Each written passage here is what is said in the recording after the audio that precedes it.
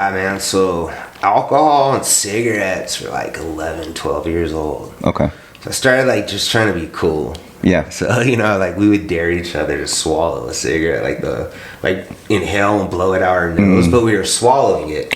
Yeah. So like swallowing the 5 smoke. minutes later, you burp and come back up. And then I remember taking like, my mom's half Italian, so like taking her cooking wine because she made such a great sauce, man, a little wine-based sauce that I still make. Yeah. But dude, I didn't know there wasn't alcohol in it. Yeah. So I was thinking I was drunk, But then I started drinking like vodka and gin with some homies, and that took a hold, man. And the weed and stuff, So like from like 12 to 15, man, I was just drinking and smoking weed, and just skating with the homies. And then when I was like 16 years old, I got introduced to cocaine from my mom, of all people. Okay. It was pure Peruvian.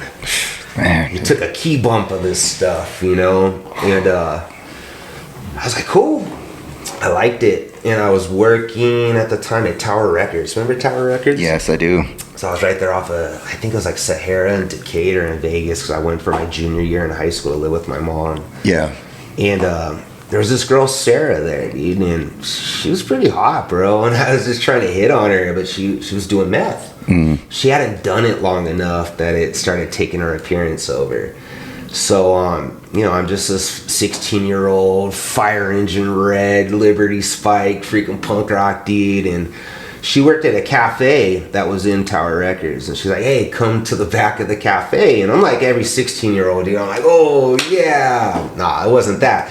She had 2 lines laid out, and a little thing of water.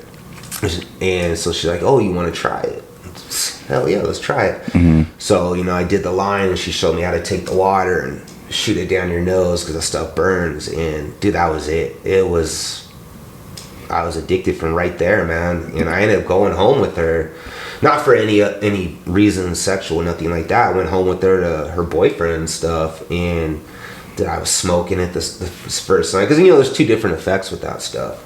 And so I got hooked, man. I think I was up for about a week the first time I did it, and it was wild out, and it became really bad. Like, it became an everyday thing. I had to do it. And then that's when crime started setting in. Yeah. And I know my capabilities. I know, the kind of person I was at that time in my life. So a lot of things I'm not going to get into to come up for money and how we got our hands on stuff. But, then I went back to California, and I was there. My dad just couldn't handle it with me, He was just watching me deteriorate. And I think I was like 115 pounds at 6 feet